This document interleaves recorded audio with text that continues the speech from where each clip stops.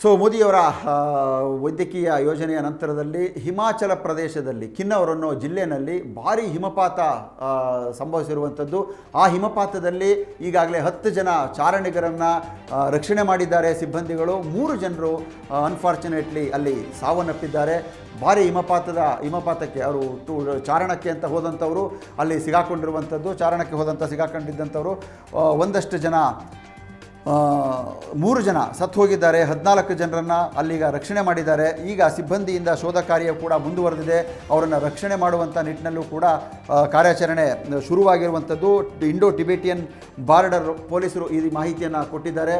10 ಜನ ಚಾರಣಕ್ಕೆ ಬಂದಿರುವಂಥದ್ದು ಒಂದು 25 ಜನ ಬಂದಿದ್ದಾರೆ. ಅದರಲ್ಲೊಂದು 3 ಜನ ಸತ್ತು ಹೋಗಿದ್ದಾರೆ. 10 ಜನರನ್ನು ರಕ್ಷಣೆ ಮಾಡಿದ್ದಾರೆ.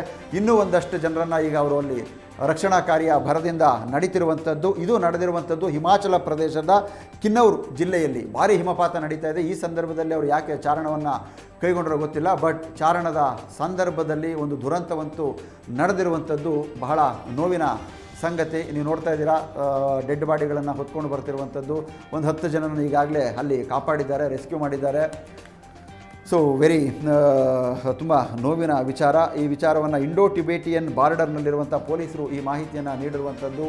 ಚಾರಣವನ್ನು ಹೊರಡುವಂಥ ಸಂದರ್ಭ ಸರಿಯಾದ ರೀತಿಯಲ್ಲಿ ಪ್ರಿಕಾಷನನ್ನು ತೆಗೆದುಕೊಂಡು ಹೊರಟಿರ್ತಾರೆ. ಬಟ್ ಭಾರಿ ಹಿಮಪಾತವಾದಂಥ ಸಂದರ್ಭದಲ್ಲಿ ಅವರು ಕೂಡ ಏನೇ ರಕ್ಷಣೆಯನ್ನು ಮಾಡಿಕೊಂಡ್ರೂ ಕೂಡ ಹಿಮಪಾತ ಪ್ರಕೃತಿಯ ಮುಂದೆ ಎಲ್ಲರೂ ಸೋಲಬೇಕಾಗತ್ತೆ.